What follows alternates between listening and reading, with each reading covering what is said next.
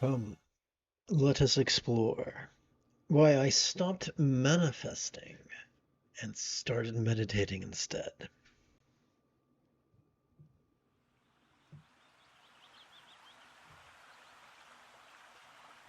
Together, let us relaxingly recite.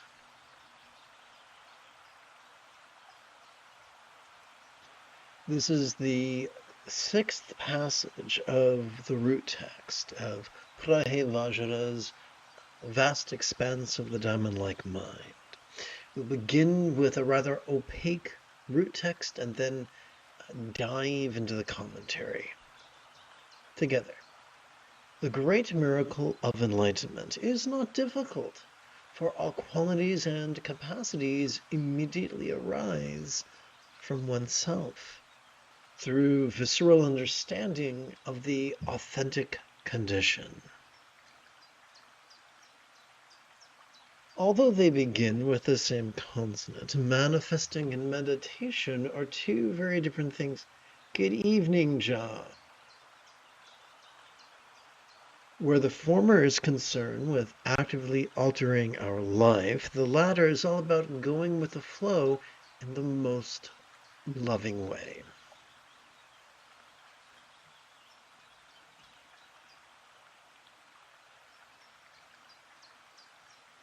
And yet, far more seekers and books and podcasts and YouTube videos address manifesting one's ideal lover, beauty, health, career, power, or wealth than they ever addressed meditation. In the classical Hebrew scriptures, it is written, there is,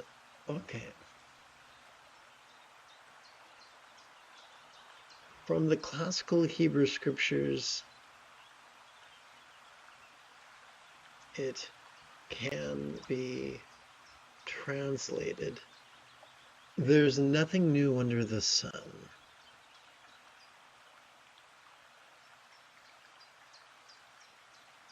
Come on, having some trouble with the, what's it called? Coordination.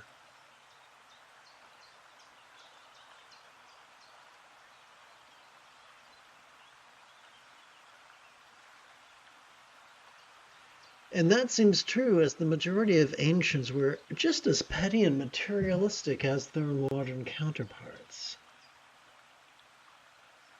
Thank you, John. I'm glad you're here. Could that be why the author of The Vast Expanse of the Diamond-like Mind, or Dorje Senpa Namka Che in Tibetan, referred to enlightenment as the great miracle? Perhaps as a bit of a rebuke to the priorities of the foolish. In the commentary to previous chapters we have already explored, patriarchy's full court press to discourage us from mastering Gautama or Buddha's Eightfold Path. I think we missed something here. Okay. Thus, in this passage, the author Prahevajra, or Gaurab Dorje in Tibetan, further encouraged the reader with the reassurance that the great miracle is not difficult.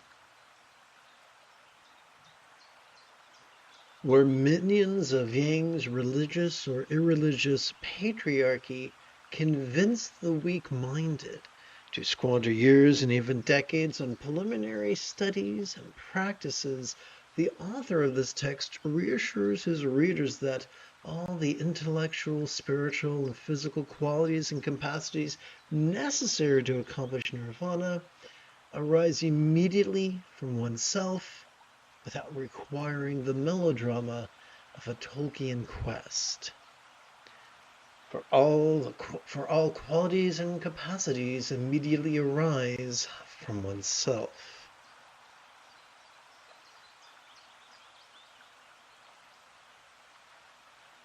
The provisions we require for our journey of enlightenment are not contrived by the focus or analysis provided by the medial or dorsolateral regions of our prefrontal cortex, whose overuse exhausts the front of our brain, increases our probability of presenting with the symptoms of depression, and triggers our amygdala, the seat of both anxiety and aggression, that are the polar opposites of the peace and love that make life fulfilling. Welcome instead to Shakyamuni or Buddha's lazy bastard path of quick and easy enlightenment. Quick note, both Gautama and Shakyamuni are different names that refer to the same archetype. Gautama is a family name. Shakyamuni is more of a tribal name. During each inhalation, our sympathetic nervous system, ensconced within the middle third of our spinal cord, automatically notices vulnerably, passively, viscerally, randomly, and fleetingly our authentic perceptions of sight, sound, sensation, flavor, and scent, as well as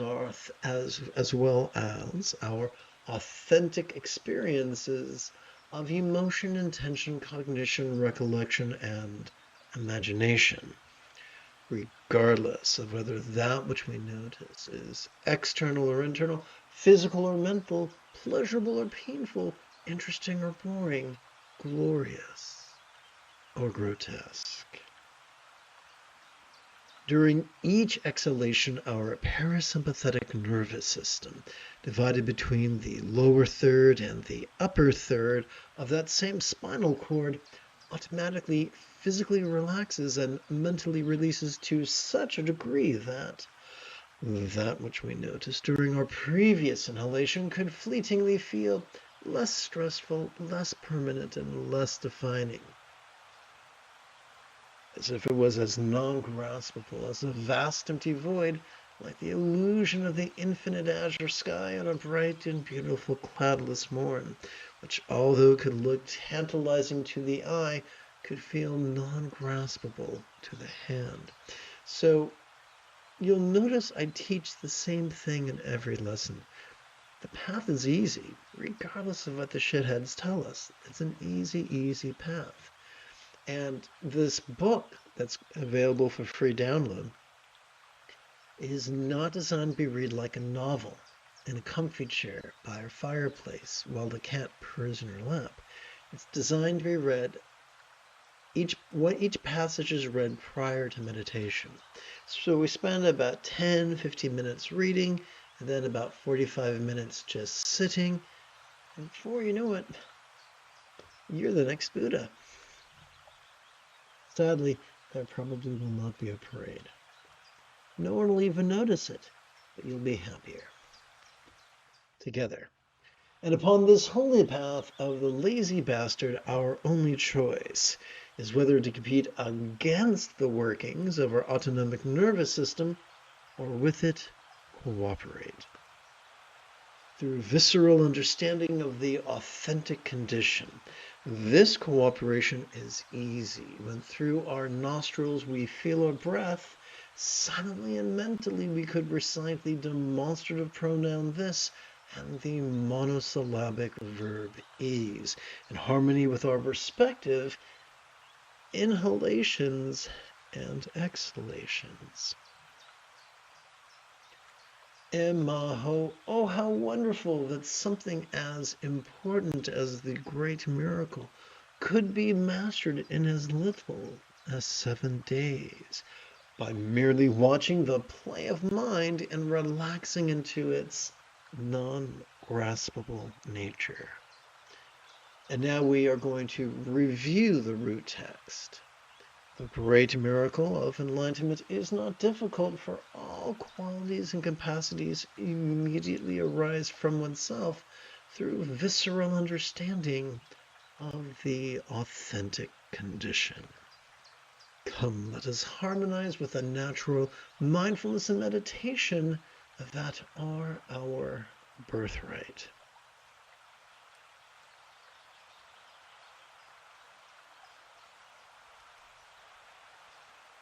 Now, it's time for us to shift gears. It is Rey Skywalker's Sunday evening. Come, let us meditate like a Jedi after approximately 30 seconds of housekeeping. This is the Dzogchen Sunday Lama Jigme Gyatso of the Buddha Joy Meditation School. For more than 30 years, I have harnessed my autistic special interests as well as my ADHD hyperfocus to spend about 8 hours a day, almost every day, studying, practicing, mastering, and reverse engineering the teachings and techniques of each school of meditation so that I can become your personal, nerdy, neurodivergent guide to nirvana. Welcome, my friends, to Meditate Like a Jedi, which is made possible due to the generosity of viewers just like you. For the remainder of this evening's live stream, we're going to play with the latest iteration of very easy meditation practice text, or sadhana, if you're nasty. And now,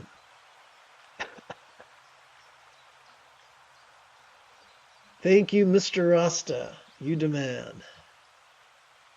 And now, without further ado, let us sit comfortably and sustainably while respecting our limitations and practice. Remember, the moment you have a specific question about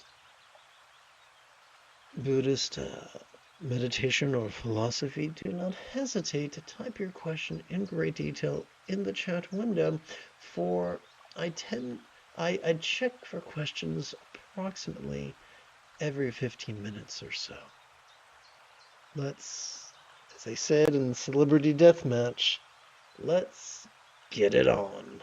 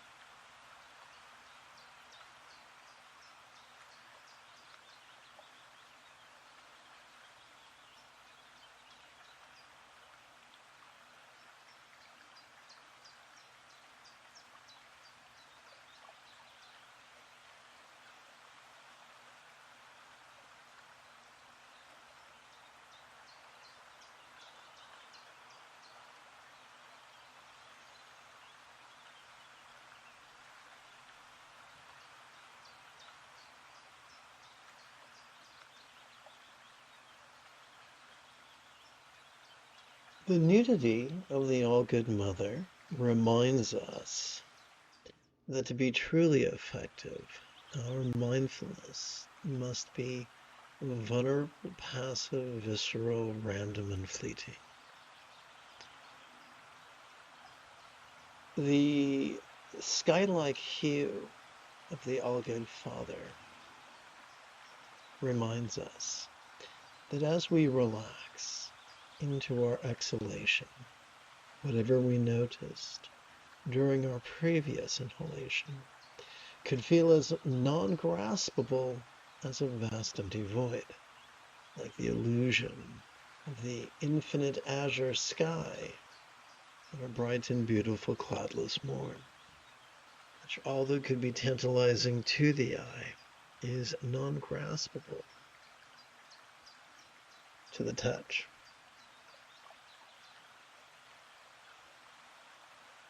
The beauty of this all-good couple remind us that the highest love is spontaneous, is the spontaneous and uncontrived byproduct of mindfulness and meditation.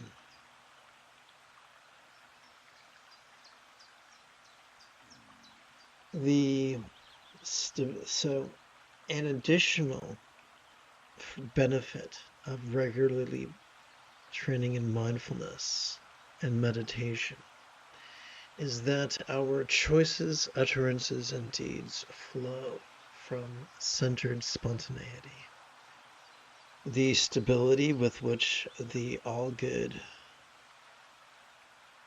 Father sits reminds us of centeredness, and the abandon with which the all-good Mother sports reminds us of spontaneity.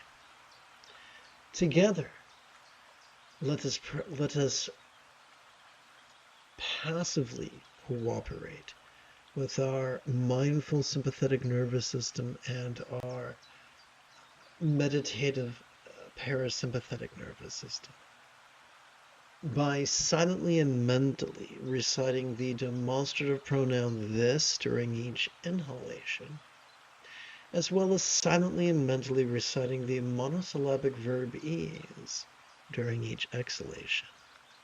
Now, Mellow Yellow wrote,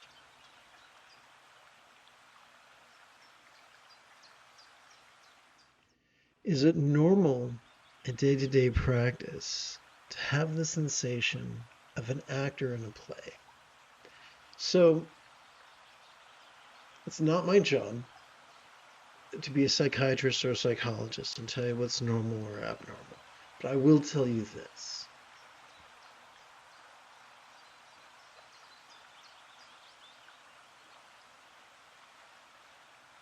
We'll go over here to button 9.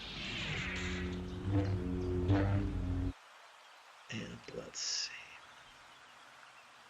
Here we go. So I will tell you this. It is normal as we breathe in to notice all manner of things. To notice sights, sounds, sensations, flavors, scents, and the like. To notice emotions, intentions, thoughts, memories, and imaginings. To notice the external as well as the internal, the physical as well as the mental, the pleasurable as well as the painful, the interesting as well as the boring, the glorious as well as the grotesque. So the question is not what do we feel or think. The question is what do we do with that which we emote or think? Do we repress it? That would be a mistake. Do we cling on to it? That's also a mistake.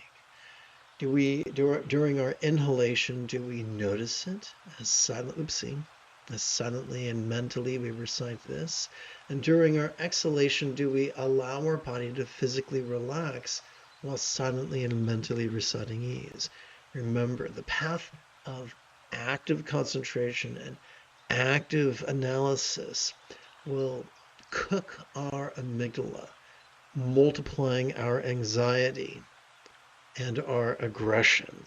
However, by ceasing to compete against our sympathetic and parasympathetic nervous systems by ceasing to indulge our rigidity, our controlling tendencies, and instead passively cooperate with our sympathetic and parasympathetic nervous systems, we'll be able to deal with whatever insightful or goofy ideas our brain cranks out.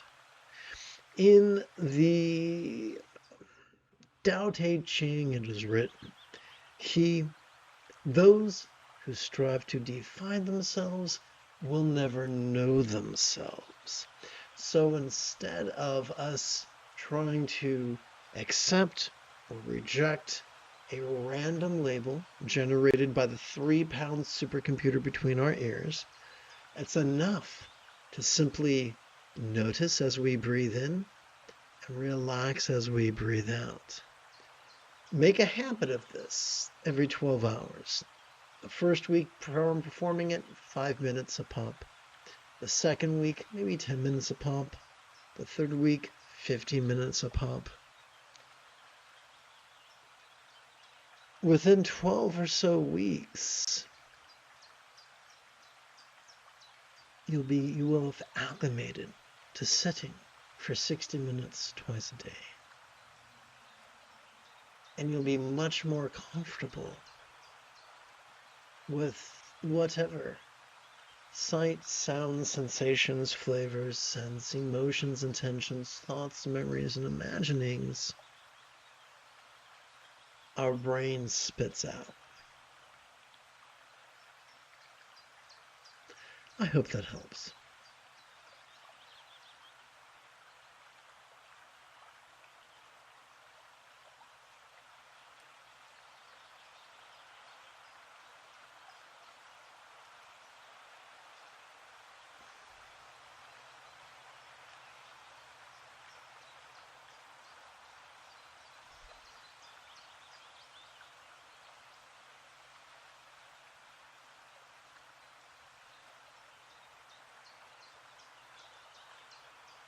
So type all the questions you want. I check for questions approximately every 15 minutes or so.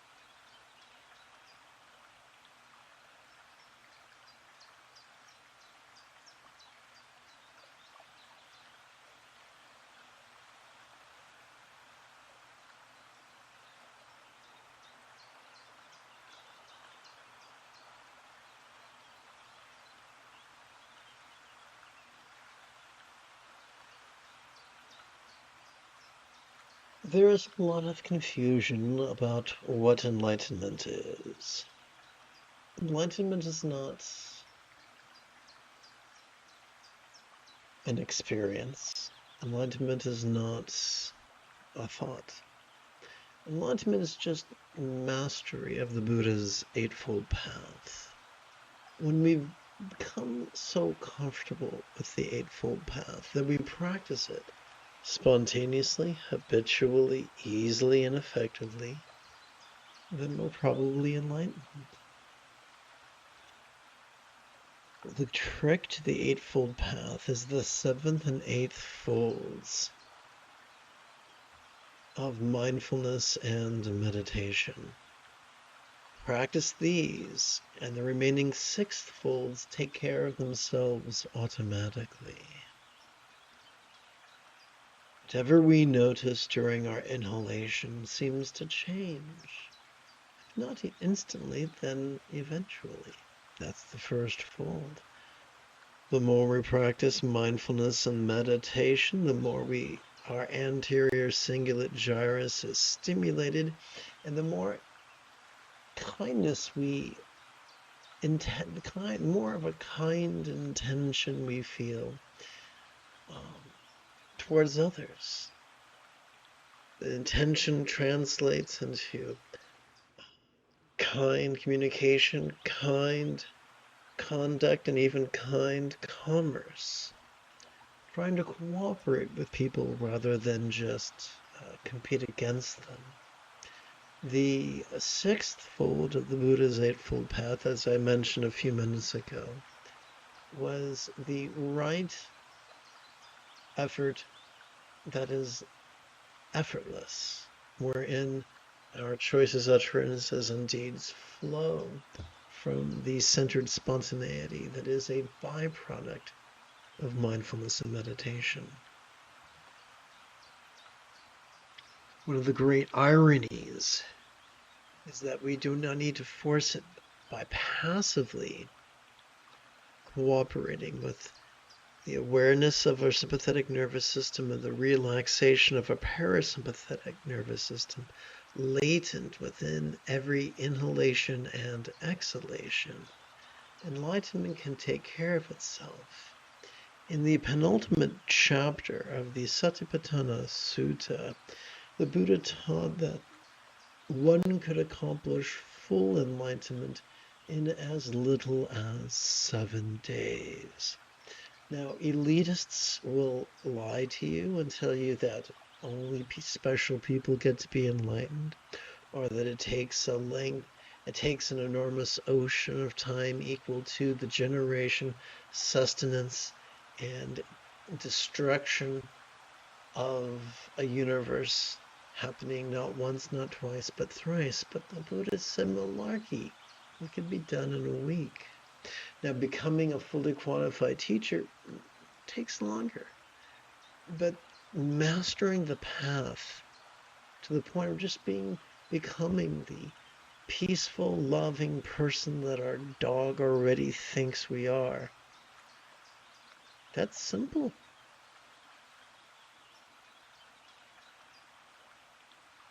So let us sit in meditation for a few more moments.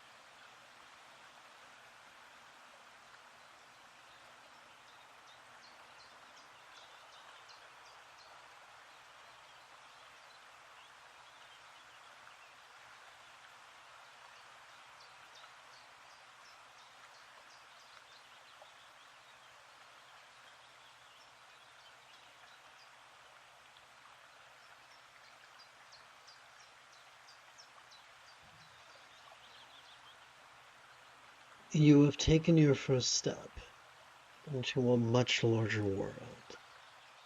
If you feel that I have earned it, you could give this live stream a thumbs up. You could even help support this channel. In approximately 11 hours, I would very much like to return to the tomorrow's morning meditation class as well as group practice. And if you are as geeky as me, may the Force be with you always.